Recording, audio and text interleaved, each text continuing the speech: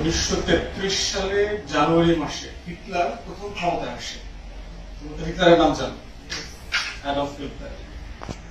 গত শতাব্দীতে পৃথিবীতে সবচেয়ে আলোচিত শাসক, শোষক, জালেম, হোয়াটএভার যে নামে তুমি বলো, তাকে যদি বলতে হয় তাকে he comes at the top. 33 সালের জানুয়ারি মাসে তিনি ক্ষমতায় আসেন। তো জার্মানিতে সরকার প্রধানকে চ্যান্সেলর বলে, যেটা আমরা প্রেসিডেন্ট বলি অথবা প্রধানমন্ত্রী বলি, জার্মানিতে এটাকে বলে চ্যান্সেলর। ইংল্যান্ডে চ্যান্সেলর বলে আবার অর্থমন্ত্রী, যিনি অর্থমন্ত্রী তাকে হচ্ছে চ্যান্সেলর। হিটলার জানুয়ারিতে জার্মানির চ্যান্সেলর হইল 1933 সালে। 1933 সালেরই 9 ফেব্রুয়ারি, এক মাসের মধ্যে অক্সফোর্ড ইউনিয়নে একটা ফেমাস ডিবেট হয় ইংল্যান্ডের অক্সফোর্ড বিশ্ববিদ্যালয়ে। ছাত্র সংসদে যেহেতু একটা মোশন, তখন ইউরোপে একটা ভয়ঙ্কর অ্যাটিটিউড ডেভেলপ করে তোমার স্বৈর শাসনে। হিটলার থ্রেট দিচ্ছে ইউরোপ দখল করে নেবে। কারণ তোমাদের মনে থাকবার কথা, 1914 থেকে 19-এর ভিতরে প্রথম বিশ্বযুদ্ধ হয়ে গেল, একটা যুদ্ধ হয়ে গেছে। সেই যুদ্ধে জাপান, জার্মানি যারা অক্ষশক্তি ছিল তারা পরাজিত হয়েছে। তো ঐতিহাসিকরা বলেছেন যে বিশ্বযুদ্ধ আসলে দুইটা যুদ্ধ একটাই ছিল, মাঝখানে একটু লম্বা যাত্রা বিরতি ছিল, যুদ্ধ বিরতিটা একটু লম্বা ছিল, কিন্তু যুদ্ধটা আসলে 1919-এ শেষ হয়নি। তো হিটলার ক্ষমতা এসে তার এই ওয়ার রেটরিক গুলো আবার দেওয়া শুরু করে, যে আমি আবার ইউরোপ দখল করে নেব, ইউরোপ শাসন করবার অধিকার একমাত্র জার্মান জাতি। সে বলেছে যে আরিয়ান রেসের কথা বলেছে, পিওর ব্লাড, যারা পৃথিবী শাসন করতে পারবে, যার রক্ত পরিশুদ্ধ এবং বিশুদ্ধ রক্ত। এবং তিনি এটা আইডেন্টিফাই করেছেন, চেহারা, সাইজ, দাঁতের সাইজ কতটুকু হবে তার উপর ভিত্তি করে মানুষের সাইজ কতটুকু হবে, আঙ্গুল কিরকম হবে, তোমার নাক কিরকম হবে, তোমার চুলের রং কিরকম হবে, গায়ের চামড়া কিরকম হবে। তো জার্মান যারা সায়েন্টিস্ট ছিলেন তারা এলিয়েন রেসের একটা ক্লাসিফাইড একটা অবয়ব তৈরি করেছে। এই রেটরিককে সামনে রেখে এটার কাউন্টার ইউরোপে একটা প্রচন্ড ভীতি তৈরি হয়। তো 33 সালে ফেব্রুয়ারি মাসে 9 তারিখে, আজকে হচ্ছে কত, 5-4, তো এই মাসেই ভোট। 9 তারিখে অক্সফোর্ড বিশ্ববিদ্যালয়ের ছাত্র সংসদে একটা ফেমাস মোশন কল করা হয়। সেটা হচ্ছে যে আমরা রাজা অথবা রানীর নামে যুদ্ধ করব কিনা। তো মোশনটা ছিল একটা ফেমাস মোশন, কারণ মোশনটা পাস হয় ছাত্র সংসদে, যে under no circumstances we shall fight for the king. Hitler যদি ইংল্যান্ড দখল করতে আসে, আমরা দেশের জন্য রানীর নামে, রাজার নামে আর যুদ্ধ করব না। কারণ কেন করবে না? ওই যে আগে বিশ্বযুদ্ধের ঘটনা, তারা বলছে যে একটা প্যাসিফিস্ট অপশন হচ্ছে সলিউশন, যে একটা মানে শান্তিপ্রিয় যুদ্ধবিহীন একটা অ্যাটিটিউডের ভিত্তিতে আমাদেরকে দেশ গড়বার জন্য কাজ করতে হবে। তো 258টা ভোট পড়ে মোশনের পক্ষে, যে আমরা যুদ্ধ করব না, আর যুদ্ধ করব এমন মোশনের পক্ষে ভোট পড়ে 133। এটাকে বলা হচ্ছে যে ফেমাস অক্সফোর্ড প্লেজ করা। পরবর্তী দিন ধরে, কয়েক সপ্তাহ ধরে ইংল্যান্ডের প্রেসে এটা একটা আলোচিত বিষয় ছিল, যে একটা দেশের মানুষ কিভাবে এই সিদ্ধান্ত নিতে পারে যে আর একটা দেশ আমার দেশ দখল করতে আসলেও আমরা যুদ্ধ করব না, আমরা শান্তির জন্য দাঁড়াবো। Winston Churchill, the famous British prime minister, সে এই মোশনের প্রচন্ড সমালোচনা করেন যে এটা কিভাবে সম্ভব, এবং বলে যে হিটলার অনেকগুলো অন্যায় কাজ পরবর্তীতে করেছে এই অক্সফোর্ড ইউনিয়নের এই মোশনের জন্য। কারণ তারা জেনেছে যে ইংল্যান্ড অ্যাটাক করলে কেউ যুদ্ধে নামবে না। তুমি যদি জানো যে আমি অমুক জায়গাতে মারামারি করতে গেলে আমাকে কেউ ঠেকাইতে আসবে না, এটা ইনডাইরেক্টলি তোমাকে মারামারি করতে দেওয়ার একটা উৎসাহ দিচ্ছে না? এই সমালোচনা তখন ইংল্যান্ডে ছিল, অক্সফোর্ড প্লেজ। কয়েক বছরের মধ্যে কেমব্রিজ ইউনিভার্সিটিতেও ঠিক একই ধরনের ডিবেট হয় এবং মোশন পাস হয়। এই অক্সফোর্ড প্লেজের কথা কেন আসতেছে তোমাদের কাছে, কেন বলছি? প্রত্যেকটা জেনারেশনে দেশ গড়া একটা প্লেজ নিতে হয়, পক্ষে অথবা বিপক্ষে। কোন জেনারেশন এককভাবে একটা দেশ গড়তে পারে না। 1971 সালে কি হয়েছে, আমাদের দেশ গড়বার একটা ভিত্তিপ্রস্তর স্থাপন করা হয়েছে। তোমরা দেখো রাস্তা করে, সেতু করে, দালান করে, কি করে, সে একটা মাটি কেটে অথবা একটা টুকরা কেটে অথবা একটা ইট দিয়ে কি করে, ফাউন্ডেশন স্টোনটা ইয়ে করে, ওপেন করে, লঞ্চ করে। কিন্তু ওই ফাউন্ডেশন স্টোনটা লঞ্চ করলে বিল্ডিং হয়ে যায়, রাস্তা হয়ে যায়, সেতু হয়ে যায়, হয়। 71 সালে মার্চ থেকে ডিসেম্বরে হচ্ছে আমাদের একটা রাষ্ট্র গড়বার ভিত্তিপ্রস্তর স্থাপন করা হয়েছিল। এই রাষ্ট্রটা কি হয়েছে? তোমরা পড়াশোনা শেষ করে কি করবা এটা তোমাদেরকে চিন্তিত করে কিনা? চিন্তিত করে না সবাইকে? তোমরা তোমাদের বড় ভাই আত্মীয় স্বজনের ভিতরে অনেক বেকার মানুষকে চেনো কিনা? এটা তোমাদের ভীত করে ফেলে না যে আমি কি করবো? ইংল্যান্ডে তো করে না। আমি 18.5 বছর ইংল্যান্ডে ছিলাম, আমি কিন্তু ইংল্যান্ডের কোনো ছেলে মেয়েকে দেখি নাই কোনোদিন তার চাকরি নিয়ে, তার পড়াশোনা নিয়ে, তার ক্যারিয়ার নিয়ে তার মধ্যে ভয় আছে। সেখানে দিব্যি গ্যাপ ইয়ার নিচ্ছে, ইন্টার পাস করেছে, লেভেল পাস করে 1 বছর পড়াশোনা করবে না, তারা ঘুরবে। 1 বছর আর এক দেশে চলে যায়, তারা ইন্টার্ন করবে, আর এক দেশে চলে যায় কোর্স করবার জন্য, অন্য ভাষা শিখবে, স্প্যানিশ শিখবে, জার্মান শিখবে, তার একটা ল্যাঙ্গুয়েজ শিখতে চলে যাচ্ছে। তবে তার মধ্যে ভীতিটা নাই কেন? কিন্তু আমার দেশের ছেলে মেয়েদের মধ্যে ভীতিটা কেন প্রচন্ড রকম কাজ করে? কোথায় ভর্তি হলো? এখন তোমাদের প্রত্যেকটা জায়গায় মানে মনে হয় যে বাংলাদেশে জন্ম নেওয়ার একটা পাপ হয়েছে। প্রতিটা দিন পরীক্ষা, হাইওয়ে পরীক্ষা দাও, এইটে পরীক্ষা দাও, ম্যাট্রিকে পরীক্ষা দাও, ইন্টার পরীক্ষা দাও, এই পরীক্ষা দাও, ভর্তি পরীক্ষা দাও, জবের পরীক্ষা দাও। মনে হয় যে পরীক্ষা দেওয়াটাই ছিল আমাদের এই রাষ্ট্র স্বাধীন করার সবচেয়ে বড় গজব। মনে হয় না আমাদের মধ্যে যে এই রাষ্ট্রের সবচেয়ে বড় গজব হলো তাহলে পরীক্ষা দাও, নোয়িংলি যদি পাস করবো। 100, 150, 2500 সিটের এগেইনস্টে যদি লক্ষ লক্ষ মানুষ পরীক্ষা দেয়। বাংলাদেশে দেখো যে প্রত্যেকটা অ্যাডমিশন টেস্ট বলো আর চাকরির পরীক্ষা দাও, একটা ফর্ম ফিল আপ করতে হয় না? এটা আবার কিনতে হয়, তাই না? 1000, 2000, 2500 টাকা দিয়ে এটা কিনতে হয়। কিনে সেটা আবার পোস্ট করে ওই মালিকের কাছে পাঠাইতে হয়, সেটা সরকারি মালিক হোক আর বেসরকারি মালিক হোক। একটা বেকার ছেলের কাছে কত টাকা জমা থাকে? কাজটা অন্যায় কাজ না? যে আপনি আমার কাছ থেকে টাকা নিচ্ছেন কেন? আপনাকে হায়ার করার জন্য। ব্যাপারটা অন্যায় হয়ে গেল না? যে আমি তোমার একটা সার্ভিস দিব আমার কোম্পানিতে, রাষ্ট্রে, একটা ডিপার্টমেন্টে, তোমাকে কি এই জন্য চার্জ করা যেতে পারে? কিন্তু পেনাল্টি হয়ে গেল। কিন্তু তোমার পড়াশোনার জন্য তোমাকে পেনাল্টি দিতে হচ্ছে। তুমি কেন ডিগ্রি পাস করলা? তুমি কেন এই চাকরির জন্য অ্যাপ্লাই করলা? এটাই হচ্ছে তোমার শাস্তি। এই শাস্তি বন্ধ হবে যদি তুমি সেই অক্সফোর্ড ইউনিয়নের মতো একটা অক্সফোর্ড প্লেজ করো, 2022-এর pledge, generational pledge, this country must change and shall change. তোমরা যদি মনে খারাপ থাকো যে আমি আই হেট পলিটিক্স, রাষ্ট্রবিজ্ঞানের ভাষায় মূর্খ সবচেয়ে ওয়ার্স্ট কাইন্ড অফ মূর্খ কি জানো? Political ignorance. যারা রাজনীতির ব্যাপারে মূর্খ, রাষ্ট্রবিজ্ঞানের ভাষা তাদেরকে বলা হয় তো ওয়ার্স্ট কাইন্ড অফ ইগনোরেন্স। তোমরা যারা অনেক ভালো ছাত্র, জিপিএ 5, 10, 15 নিয়ে বসে আসছো আর রাজনীতি ঘৃণা করো, রাষ্ট্রবিজ্ঞানের ভাষায় তোমরা কি? মূর্খ। এই ধরনের মূর্খ লোকদের জন্য ওই রাষ্ট্রে আজাদ ছাড়া কোনো কিছু বাকি নেই, থাকবে না। নিশ্চিত থাকো, তোমরা রাজনীতি ঘৃণা করতে পারো, এটা তোমাদের ফ্রিডম, তোমাদের রাইট আছে যে আমি রাজনীতি করবো না, রাজনীতি ঘৃণা করবো। কিন্তু এটাও মাথায় রাখতে হবে, দিন শেষে প্রত্যেক পদে পদে তোমার এই ভোগান্তি তোমাকে বহাইতে হবে।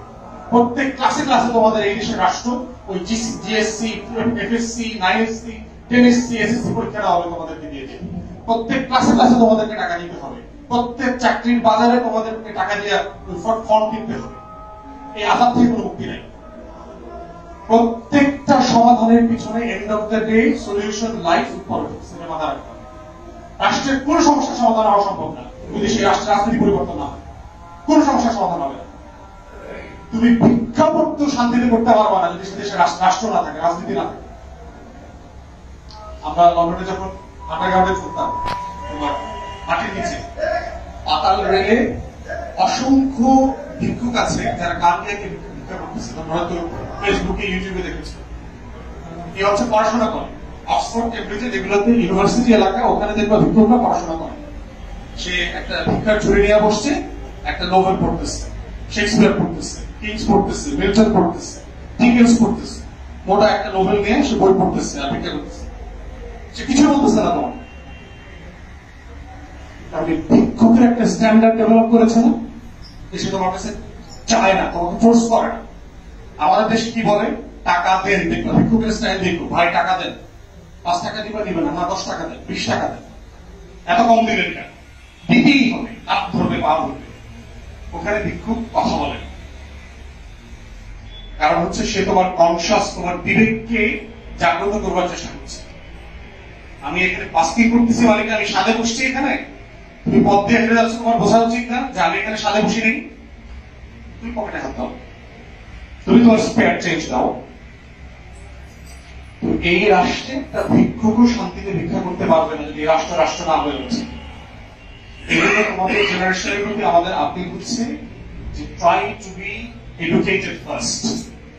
তোমরা শিক্ষিত হও, তোমরা এবং শিক্ষিত হওয়ার প্রথম শর্ত হচ্ছে তোমার কনসিয়াসনেস ডেভেলপ করা, হু ইউ আর, কোথায় তুমি বাস করছো, এই জাতিসত্তার ইতিহাস জানো, তোমার বাবা মা দাদা বড় দাদা 14 জেনারেশনের মধ্য দিয়ে তুমি কিভাবে, how you came to be, how you came to exist.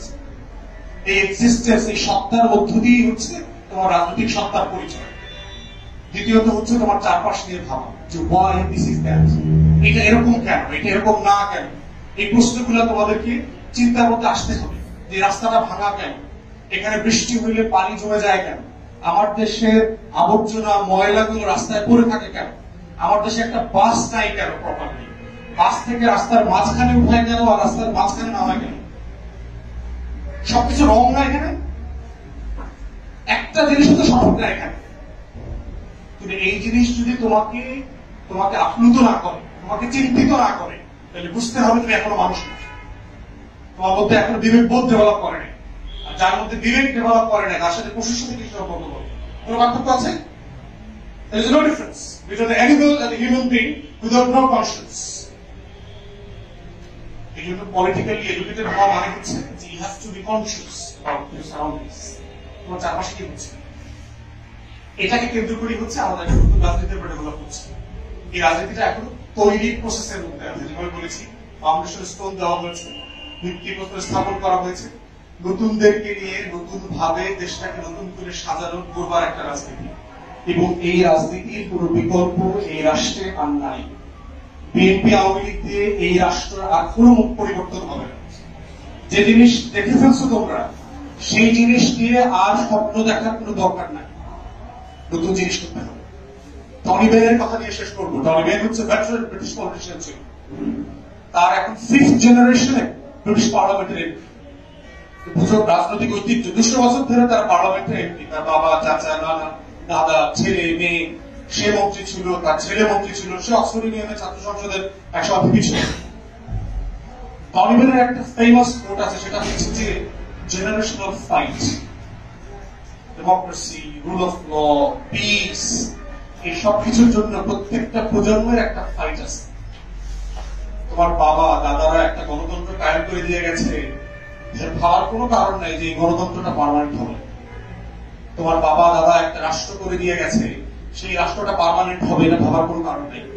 আজ থেকে 100 বছর আগে বাংলাদেশ নামে কোন রাষ্ট্র ছিল? ভারত নামে কোন রাষ্ট্র ছিল? পাকিস্তান ছিল, শ্রীলঙ্কা ছিল, নেপাল ছিল, ভুটান ছিল। কিন্তু তুমি কিসের ভিত্তিতে বলবো আজ থেকে 100 বছর পরে এই রাষ্ট্রগুলো থাকবে? গত শতাব্দীতে পোল্যান্ড নামে একটা দেশ আছে ইউরোপে, নাম শুনেছ? এই পোল্যান্ড নামক রাষ্ট্রটা 2 বার ম্যাপ থেকে নিশ্চিত হয়ে গেছে, আবার 2 বার ম্যাপে ফিরে আসছে। তুমি একটা রাষ্ট্রে আছো মানে এটা না তোমার রাষ্ট্র পার্মানেন্ট হবে। আবার এটাও মনে রাখবা, যদি রাষ্ট্র না থাকে তুমি অন্য রাষ্ট্রের সেকেন্ড ক্লাস সিটিজেন হবা। সত্য কিনা? তোমার যদি আর এক রাষ্ট্রে যেতে হয়, কোন রাষ্ট্রে যাওয়ার জন্য বুঝতে পারছো না? অপশন তো লিমিটেড। তুমি আর কোন রাষ্ট্রের অংশ হইতে পারবা? সেই রাষ্ট্রে তোমার ধর্ম থাকবে না, তোমার পরিচয় থাকবে না, তুমি এক কন্টিনিউয়াসলি ক্রাইসিসের মধ্যে, সংকটের মধ্যে পড়ো। তোমার জব থাকবে না, শিক্ষিত হইতে পারবে, গরু গোশত খাওয়ার জন্য তোমাকে স্লটার করা হবে, হচ্ছে না? এই রাষ্ট্র ধরে রাখা, এই রাষ্ট্র টিকায় রাখা, এই রাষ্ট্রকে স্বাধীন রাখা, সার্বভৌম রাখা, এই রাষ্ট্রকে তার সুবিধা বঞ্চনার জায়গা থেকে সার্ভিসের জায়গায় ফেরায় নিয়ে আসা, রাষ্ট্রকে বিনির্মাণ করা, এই রাষ্ট্রের সবকিছু তোমাদের দায়িত্ব। কেউ মনে করার কোনো কারণ নাই যে এই রাষ্ট্র পারমানেন্ট হবে, তোমরা নিরিবিলি বসে থাকবা, ফেসবুক করবা, ব্রেন করবা, টিসি থেকে ফুচকা খাবা। Life is not such a bed of rose. Believe me, রাষ্ট্র থাকবে, তোমরাও থাকবা। এই জন্য হচ্ছে আমাদের রাজনীতি, তোমাদের প্রতি আমাদের আকুল আবেদন হচ্ছে তোমরা নতুন করে নিজেদেরকে ভাবো, নিজেদেরকে এডুকেট করো। Do it first, educate yourself. নিজেদেরকে শিক্ষিত করো, পলিটিক্যালি এডুকেট করো, নাগরিক হও। তাহলে দিন শেষে দেখবা যে রাষ্ট্র তোমার স্টেট তৈরি হবে। এই স্টেটের মধ্যে দিয়ে হচ্ছে রাষ্ট্র তোমার হবে। যে রাষ্ট্রটা আজকে তোমার না, যে বাস ড্রাইভার আজকে তোমাকে ধাক্কা দিয়ে উঠায় আর নামায়, এটা মানে কি যে রাষ্ট্র তোমার কোনো স্টেট নাই, তোমার এক পয়সার দাম নাই। প্রতিদিন কত মানুষ মারা যায় না, পত্রিকা দেখো না, এতজন মারা গেছে। নাম প্রশ্ন করতে 17 জন মানুষ অমুক জায়গাতে গাড়ি অ্যাক্সিডেন্টে মারা গেছে, তাদের নাম ঠিকানা এবং পত্রিকা দেখেছো কোনোদিন? তুমি পড়ে গেলে বাস থেকে পড়ি ওর অনলি এর নামটা মনে রাখবে, একটা সংখ্যা মাত্র। তো তুমি কি সংখ্যা হিসেবে বাঁচবা, তুমি এই রাষ্ট্রের প্রাউড সিটিজেন হিসেবে বাঁচবা? চয়েস। এই জন্যই হচ্ছে আমাদের এই ছাত্র সংগঠন নিয়ে তোমাদেরকে কাজ, তোমাদেরকে লাঠিয়াল বাহিনী হিসেবে আমরা কাজ করাবো, মারামারি করাবো না, বাট আমরা তোমাদেরকে পলিটিক্যালি এডুকেট করবো এবং এই রাষ্ট্রের সিটিজেন পাবো। নাগরিক হিসেবে তোমার যে দায় আছে, এটা একটা প্ল্যাটফর্ম, এই প্ল্যাটফর্ম থেকে তোমরা তোমাদের সেই দায় ডিসচার্জ করবে। এটাই হচ্ছে আমাদের আবেদন। আলামিন প্রেস তোমাদেরকে ইনভাইট করেছে, আগেই তোমাদেরকে অসংখ্য ধন্যবাদ, তোমরা এসছো। তোমাদের আশা কন্টিনিউ হোক, মোস্ট ওয়েলকাম। তোমরা রেগুলার আসবা, এখানে আড্ডাবাজি করবা, চা খাবা, গল্প করবা, রাজনীতি নিয়ে আমরা কথা বলবো। সবাইকে অসংখ্য ধন্যবাদ। আসসালামু আলাইকুম। প্রিয় দর্শক, এতক্ষণ আমরা ওনার কথাগুলো শুনলাম এবং উনি যে বিষয়গুলো বললেন, আসলে একজন নাগরিক, দেশের সঠিক নাগরিক হয়ে ওঠার যে সংজ্ঞা, এটি কিন্তু এখনকার সকলকেই কিন্তু সেই নাগরিক হওয়ার পথে হাঁটতে হবে। উনি বিভিন্ন দেশের বিভিন্ন কালচার, বিভিন্ন ইস্যু সামনে নিয়ে এসছে, সেগুলোর উদাহরণ দিয়েছে এবং কোন দেশে কীভাবে রাজনীতিগুলো চর্চা হয় এবং রাজনীতি চর্চার ক্ষেত্রে বাংলাদেশ কী ধরনের রাজনীতি ফলো করবে বা কোন রাজনীতিতে তারা কাজ করবে এবং দেশের জনগণ তাদের রাষ্ট্রের থেকে কি পাওনা আছে, সে পাওনার ফলে সে পাচ্ছে কিনা এবং সে পাওনাটা কীভাবে পাওয়া যায় এবং রাজনীতিটা কীভাবে করতে হয় এবং রাজনীতি করার ক্ষেত্রে কিছু করার ফলে কি কি একজন নাগরিক সুবিধা পেতে পারে এবং নাগরিক, একজন দেশের নাগরিক সঠিকভাবে একজন দেশের নাগরিক হয়ে ওঠার যে চর্চা, এটি কিন্তু আমাদের এই চর্চাটা করতে হবে, যেটি এখন নাই, কিন্তু ভবিষ্যতের একজন নাগরিক হয়ে ওঠার কাজটাই কিন্তু ওনারা করার জন্য বিভিন্নভাবে মানুষকে উৎসাহিত করছে। অতএব আমরা অবশ্যই রাজনীতি, সঠিক রাজনীতির পথে হাঁটবো এবং একটি শিক্ষিত সমাজ এই রাজনীতিতে ইনভলভ হয়ে দেশের রাজনীতিকে আরও শক্তিশালী করবে।